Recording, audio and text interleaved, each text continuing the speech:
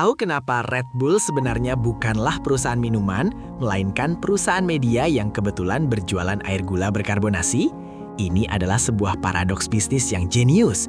Kebanyakan orang mengira mereka sukses karena rasa minumannya, padahal bukan itu kuncinya.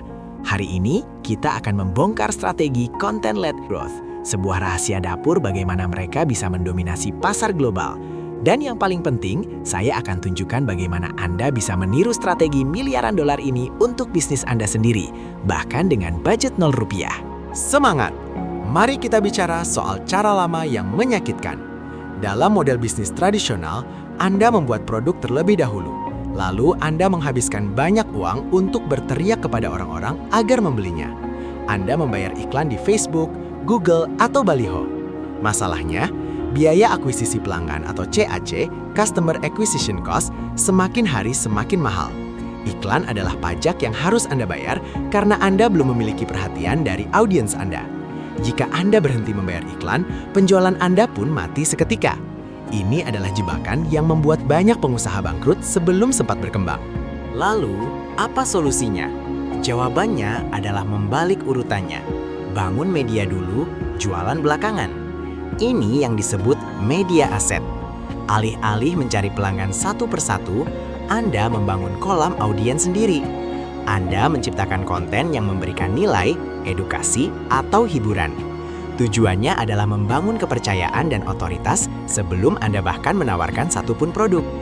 Dalam strategi ini, perhatian atau atensi adalah mata uang yang paling berharga. Ketika Anda memiliki media sendiri, Anda tidak lagi menyewa perhatian dari platform iklan. Anda memilikinya. Lihatlah Red Bull. Mereka memiliki Red Bull Media House. Mereka memproduksi film dokumenter, memiliki tim Formula One, menyelenggarakan kompetisi breakdance, dan menerbitkan majalah. Mereka tidak menjual minuman di konten-konten tersebut. Mereka menjual gaya hidup yang energik dan penuh adrenalin.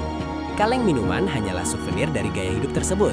Karena konten mereka sangat bagus, orang-orang mencarinya dengan sukarela. Red Bull tidak perlu memohon agar iklannya ditonton. Jutaan orang justru menunggu video terbaru mereka rilis.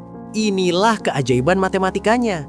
Ketika Anda memiliki audiens setia, katakanlah pembaca newsletter, subscriber YouTube, atau pengikut setia di media sosial, biaya untuk meluncurkan produk baru mendekati 0 rupiah. Mengapa? Karena Anda mendistribusikan penawaran produk Anda melalui saluran media milik Anda sendiri. Anda mengirim satu email atau memposting satu video, dan ribuan orang melihatnya tanpa Anda membayar sepeser pun kepada Zuckerberg atau Google. Margin keuntungan Anda menjadi jauh lebih tebal karena tidak terpatok biaya iklan yang gila-gilaan. Tapi Anda mungkin berpikir, saya tidak punya uang untuk bikin tim balap F1. Kabar baiknya, Anda tidak perlu itu. Di era digital ini, setiap individu bisa menjadi perusahaan media. Mulailah dari niche yang spesifik. Suka berkebun? Buatlah blog otoritas tentang tanaman hias. Ahli akuntansi? Buatlah konten edukasi keuangan di LinkedIn atau TikTok.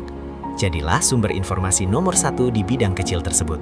Fokuslah membangun 1000 penggemar sejati yang menunggu apa yang akan Anda katakan selanjutnya. Itu adalah aset properti digital Anda yang paling berharga. Semangat!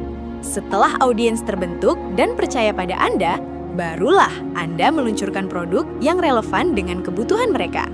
Karena mereka sudah mempercayai Anda sebagai ahli atau sumber inspirasi, gesekan saat penjualan menjadi sangat minim. Mereka membeli bukan karena dibujuk oleh teknik copywriting yang manipulatif, tetapi karena mereka ingin mendukung Anda dan membutuhkan solusi yang Anda tawarkan.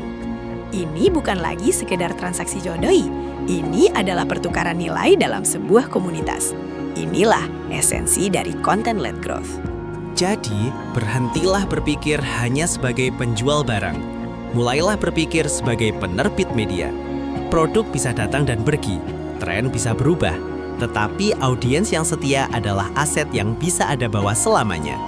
Jangan menunggu produk sempurna baru mulai bicara. Mulailah bicara, bangun audiensnya, dan produk sempurna akan lahir dari kebutuhan mereka.